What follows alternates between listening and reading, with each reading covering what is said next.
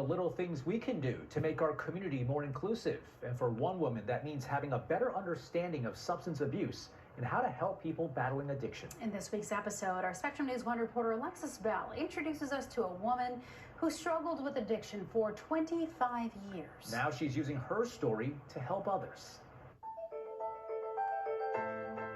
So many pictures. Alicia McLawhorn is looking back at her childhood. Here, she was 16, smiling, but it was a hard time. Just went deep sea fishing and was, drinking alcohol and, smoking marijuana and using cocaine around that time. She had grown up watching her mom's addiction at first. She had trauma from her childhood that she never dealt with, and she didn't know how to cope. So her coping mechanisms with her mental health issues became using opiates. She says they were homeless and often wondering about the next meal.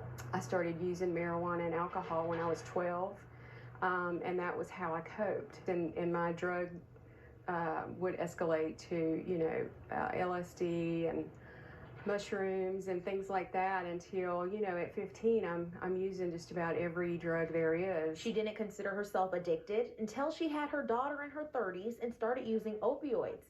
Then, when I began using heroin intravenously, that was it for me. I stopped caring, and my ex-husband, he told me that something needed to change, and the kids needed their mom, and I started seeking out help. She has tried many programs, but Trosa in the Triangle, where she works now, is what finally stuck after spending 3 years without her kids and staying in a room like this one with several roommates. Here, she says, she felt like a person. But meanwhile, in the outside world, the stigma was really,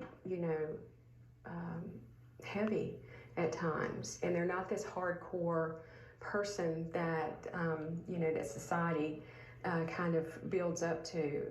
They're just people who have hearts and want love just like everybody else. Now on the other side of campus, McLawhorn is the annual gifts manager at Trosa and a substance abuse counselor. She says if your loved one is abusing substances, these are the little things you can do.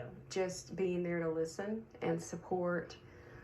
Maybe not support, with money, but to support and let them know that you're there to help them make that transition. And always saying, when you're ready to go, I'm ready to take you. And little things you shouldn't. Just not, not looking at them and telling them that you're, that you're disappointed or that you don't love them anymore. Now in her own office with pictures of her kids and her mom on the wall, she says she never would have believed this would be her life. There is a way out, and there is a beautiful life waiting on me. Looks like she's been through a lot. Alexis thanks. McLawhorn says in her experience, you should never pressure someone into recovery because you may end up pushing them away. You just have to be there when they're ready to go themselves.